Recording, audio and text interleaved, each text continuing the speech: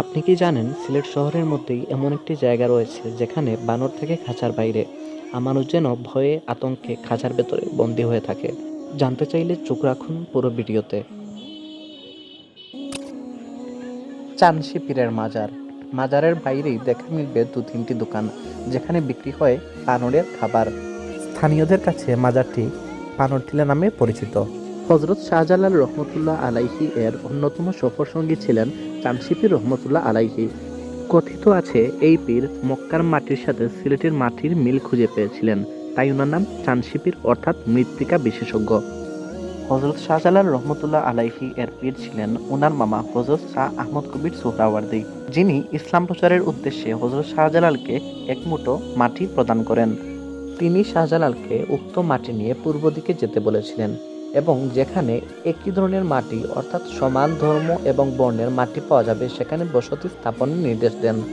এবং তিনি এও উল্লেখ করেন যে জায়গায় এই মাটি স্থাপন করা হবে সেই জায়গার মাহাত্ম্য অনেক বেড়ে যাবে।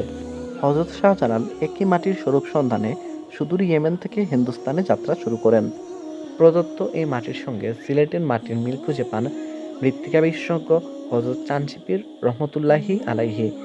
1354 সালে চানশি পীরের কবরে এই টিলার উপর একটি মাজার স্থাপন করা হয়। দীর্ঘদিন থেকেই এই মাজার অঞ্চলে অনেক বানরের আবাসস্থল। অনেক বানর থাকার কারণে এই মাজারটি পর্যটকদের আকর্ষণের কেন্দ্রবিন্দুতে পরিণত হয়েছে, যদিও অনেক ক্ষেত্রে বানরগুলো স্থানীয়দের ক্ষতির কারণ হয়ে দাঁড়ায়। এখানে আশপাশে যত বাসা বাড়ি রয়েছে এমনকি দোকানপাটও, সবগুলোতে জানালাতে গ্রিল লাগানো, যেন বানর কোনো কিছু এসে চুরি করে নিয়ে যেতে না পারে। প্রতিদিন শত শত পর্যটক এখানে বানর দেখতে আসেন। বানরগুলো চিপস, লিচি, বিস্কুট, বাদাম এবং বিভিন্ন ধরনের পানীয় খেতে খুব পছন্দ করে, যা দর্শনার্থীরা খুব আগ্রহ ভরে প্রদান করেন। এই মাজারে কেউ বেড়াতে এলে অবশ্যই প্রয়োজনীয় সামগ্রীগুলো খুব সাবধানে রাখবেন যেন বানর না নিয়ে যেতে পারে।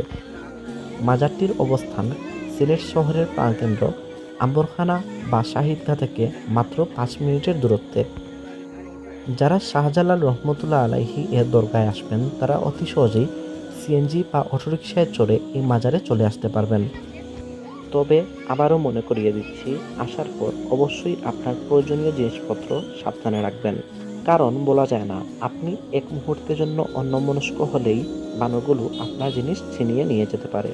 ভিডিও দেখার জন্য ধন্যবাদ। আসসালামু আলাইকুম।